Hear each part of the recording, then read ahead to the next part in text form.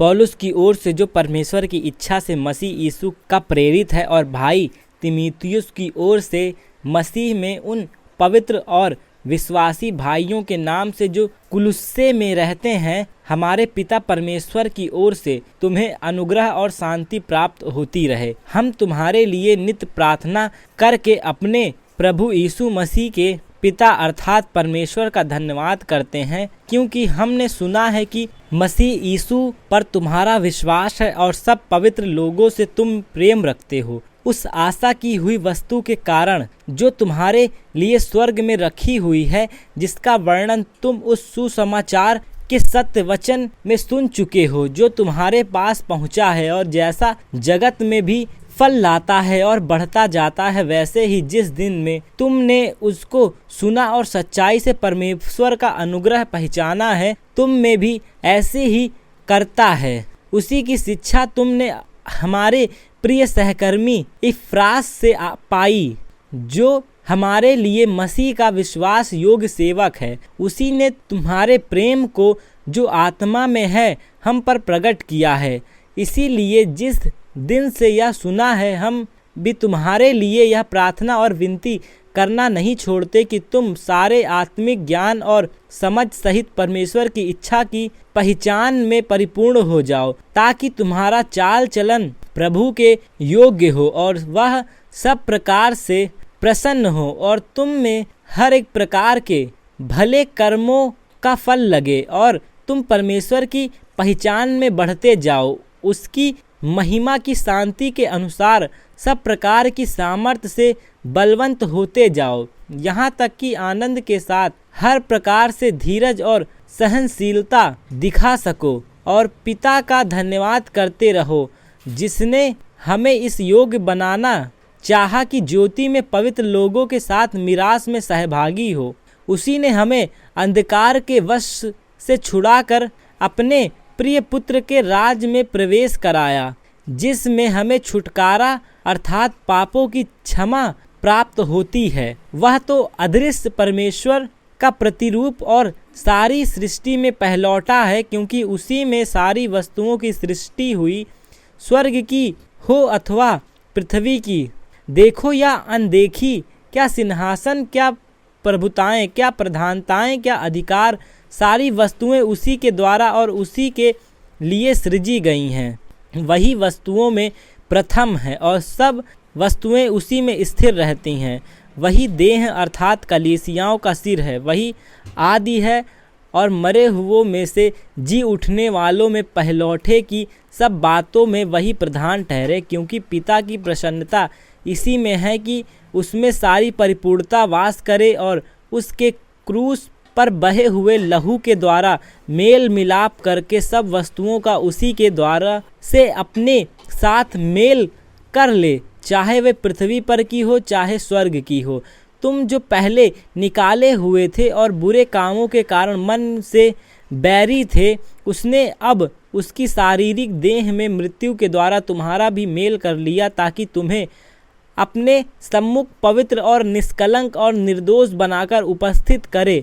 यदि तुम विश्वास की नींव पर दृढ़ बने रहो और उस सुसमाचार की आशा को जिसे तुमने सुना है ना छोड़ो, जिसका प्रचार आकाश के नीचे की सारी सृष्टि में किया गया है और जिसका मैं पौलुस सेवक बना, अब मैं उन दुखों के कारण आनंद करता हूँ जो तुम्हारे लिए उठाता हूँ, और मसीह के क्लेशों की घटी उसकी देह के लिए अर्थात कलीसिया के लिए अपने शरीर में पूरी करता हूँ, जिसका मैं परमेश्वर के उस प्रबंध के अनुसार सेवक बना जो तुम्हारे लिए मुझे सौंपा गया, ताकि मैं परमेश्वर के वचन को पूरा प्रचार करूं, अर्थात उस भेद को जो समयों और पीढ़ी से गुप्त रहा, परंतु अब उसके उन पवित्र लोगों पर प्रकट हुआ है, जिन पर परमेश्वर ने प्रकट करना चाहा कि उन्हें ज्ञात हो कि अन्य जातियों में उस भेद की महिमा का मूल्य क्या है, और वह यह है कि मसीह जो महिमा की आशा है तुम में रहता है, जिसका प्रचार करके हम हर एक मनुष्य को चेतावनी देते हैं और सारे ज्ञान से हर एक मनुष्य को सिखाते हैं कि हम हर एक व्यक्ति को मसीह में सिद्ध करके उपस्थिति करें। इसी के लिए मैं उसकी उस शक्ति के अनुसार जो मुझ में सामर्थ्य के साथ प्रभाव डालती है तन मन लगाकर परिश्रम भी करता हूँ। मैं चाहता हूँ कि तुम जान लो कि तुम्हारे और इनके लिए जो लौदीकिया में और उन सब के लिए जिन्होंने मेरा शारीरिक मुंह नहीं देखा, मैं कैसे परिश्रम करता हूँ ताकि उनके मनों में शांति हो और वे प्रेम से आपस में गठे जाएं और वे पूरी समझ का सारा धन प्राप्त करें और परमेश्वर पिता के भेद को अर्थात मसीह को पहचान लें, जिसमें बुद्धि और ज्ञान के सारे भंडार छिपे हुए हैं। यह मैं इसलिए कहता हूँ कि कोई मनुष्य तुम्हें लुभाने वाली बातों से धोखा ना दे। यद्यपि मैं शरीर के भाव से तुमसे दूर हूँ तो भी आत्मिक भाव से तुम्हारे निकट हूँ और तुम्हारे व्यवस्थित जीवन को तुम्हारे विश्वास की जो मसीह में है दृढ़ता देखकर प्रसन्न होता हूँ। अतः जैसे तुमने मसीह यीशु को प्रभु करके ग्रहण कर लिया है वैसे ही उसी में चलते रहो और उसी में जड़ पकड़ते और बढ़ते जाओ और जैसे तुम सिखाए गए वैसे ही विश्वास में दृढ़ होते जाओ और अधिकाधिक धन्यवाद करते रहो। चौकस रहो कि कोई तुम्हें उस तत्व ज्ञान और व्यर्थ धोखे के द्वारा अपना आहेर न बना ले, जो मनुष्य की परंपराओं और संसार की आदि शिक्षा के अनुसार तो है पर मसीह के अनुसार नहीं, क्योंकि उसमें ईश्वरीय की सारी परिपूर्णता सदैव वास करती है और तुम उसी में भरपूर हो गए हो जो सारी प्रधानता और अधिकार का शिरोमणि है।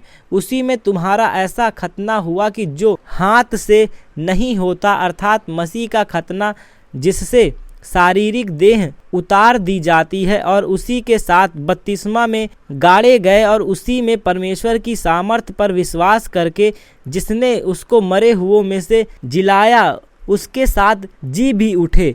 उसने तुम्हें भी जो अपने अपराधों और अपने शरीर की खतना रहित दशा में मुर्दा थे उसके साथ जिलाया और हमारे सब अपराधों को क्षमा किया और विधियों का वह लेख जो हमारे नाम पर और हमारे विरोध में था मिटा डाला और उसे क्रूस पर कीलों से जड़कर सामने से हटा दिया और उसने प्रधानताओं और अधिकारों को ऊपर से उतार कर उनका खुल्लम खुल्ला तमाशा बनाया और क्रूस के द्वारा उन पर जय जयकार की ध्वनि सुनाई। इसलिए खाने पीने या पर्व या नए चांद या शब्द के विषय में तुम्हारा कोई फैसला ना करे, क्योंकि ये सब आने वाली बातों की छाया है पर मूल वस्तुएं मसीह की है। कोई मनुष्य आत्माहीनता और स्वर्गदूतों की पूजा करा के तुम्हें दौड़ के प्रतिफल से वंचित ना करे। ऐसा मनुष्य देखी हुई बातों में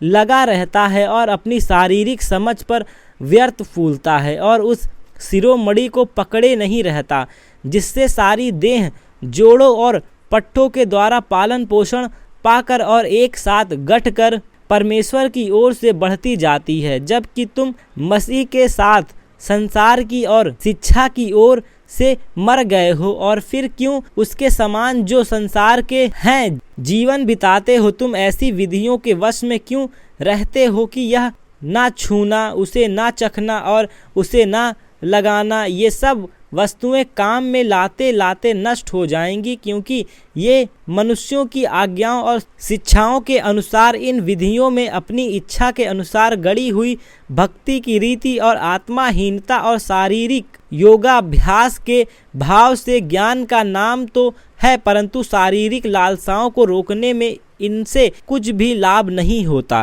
अतः जब तुम मसीह के साथ जिलाए गए तो स्वर्गीय वस्तुओं की खोज में रहो, जहाँ मसीह विद्यमान है और परमेश्वर के दाहिने ओर बैठा है। पृथ्वी पर की नहीं परंतु स्वर्गीय वस्तुओं पर ध्यान लगाओ, क्योंकि तुम तो मर गए और तुम्हारा जीवन मसीह के साथ परमेश्वर में छिपा हुआ है।